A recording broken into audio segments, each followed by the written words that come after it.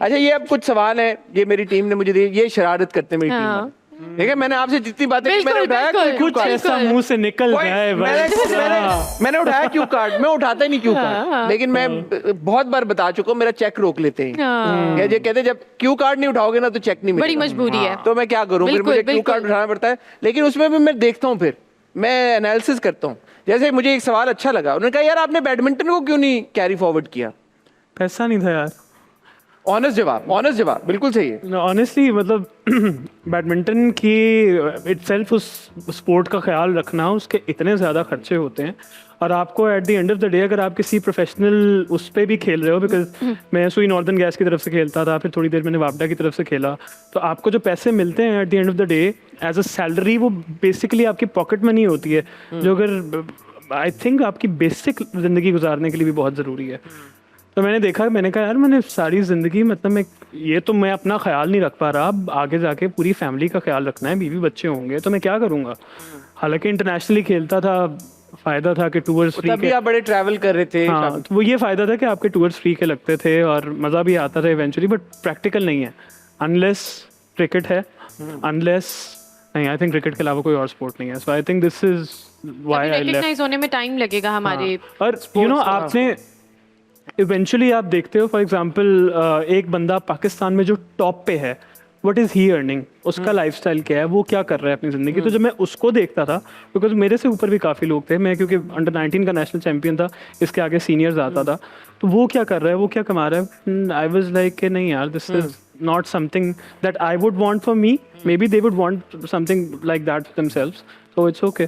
अच्छा, हम जब स्ट्रगल की बात कर रहे थे, चैलेंजेस की बात कर रहे थे, मैंने आपका एक इंटरव्यू देखा रिसेंटली, बड़े जबरदस्त एक ऑनलाइन प्लेटफॉर्म है समथिंग हॉट के नाम से, वहाँ पे बड़ा बहुत अच्छा है, बहुत जबरदस्त प्लेटफॉर्म है वो समथिंग हॉट, बिल्कुल मुझे बहुत पसंद है, बहुत जबरदस्त वो प्लेटफॉर्म। उसके जो दो होस्ट हैं मुझे बेहतरीन होस्ट है, कम अज कम जबरदस्त काम करते हैं वो लोग। वहाँ पे एक आमना इसानी साहिबा होती है, उनसे आपने कहा यार कि उन्होंने आपसे पूछा कि इंडस्ट्री में कास्टिंग काउच है या नहीं, तो आपने बड़ा उसका मुझे अच्छा लगा, ओपनली आपने कहा कि है, और मॉडलिंग इंडस्ट्री में आप तक ने उसको फेस किया है। बिल्कुल यार, ये जो बात है, एक हिरा, पता नहीं आपका इसके ऊपर क्या पॉइंट ऑफ व्यू होगा, मैं आपका भी पॉइंट ऑफ व्यू जानना चाहूँगा।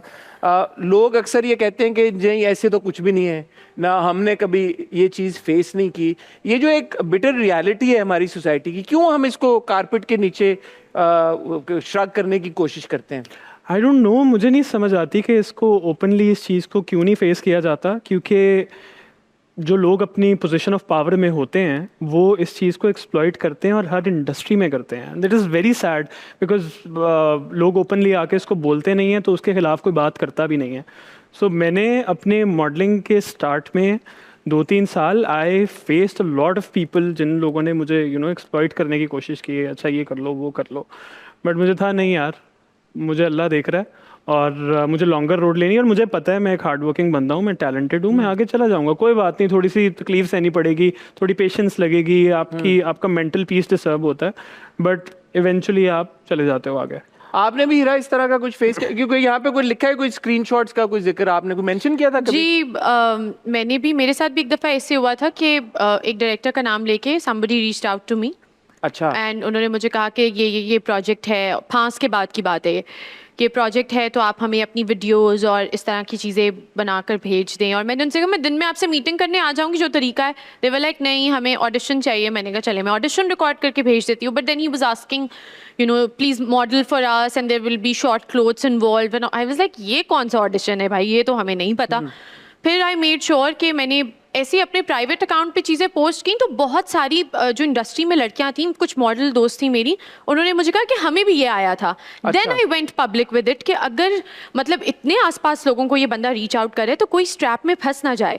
सो बिल्कुल कास्टिंग काउच एग्जिस्ट करते हैं, और जो लोग अपनी पोजिशन में होते हैं एक्सप्लॉइट करने वाले, आई एम श्योर कि वो लोग करते भी होंगे। अगर हमारे साथ कोई चीज़ नहीं होती, इसका मतलब ये नहीं है कि वो एग्जिस्ट नहीं करती, वो डेफिनेटली एग्जिस्ट करती है, and we should talk about it, ताकि जो आने वाले लोग हैं वो ट्रैप ना हो जाए इस तरह की किसी चीज़ में। ये भी इंपॉर्टेंट कॉन्वर्सेशन है अगेन उन लोगों के लिए जो कि इंडस्ट्री का हिस्सा बनना चाहते हैं, जो एक्टर बनना चाहते हैं, मॉडल बनना चाहते हैं, उनको ये चीज़ें पता होनी चाहिए, ताकि आप अब जो भी रास्ता चुने उसमें आपको ये सारी बातें पहले से मालूम हो कि भाई किस किस तरह के क्योंकि जब लोगों का- आपको रास्ता नज़र नहीं आ रहा होता ना, इवेंचुअली फिर आप देखते हो यार शॉर्टकट्स क्या हैं, मैं किस तरह बहुत जल्दी एक जगह पे चला जाऊं, और फिर वो लोग उसी चीज़ को कैश इन करते हैं कि यार इस बंदे ने भागना है, इसको जल्दी पड़ी भी है कुछ ना कुछ बनने की, तो लेट्स कैच हिम, और वो फिर आ जाते हैं पकड़ में लोग।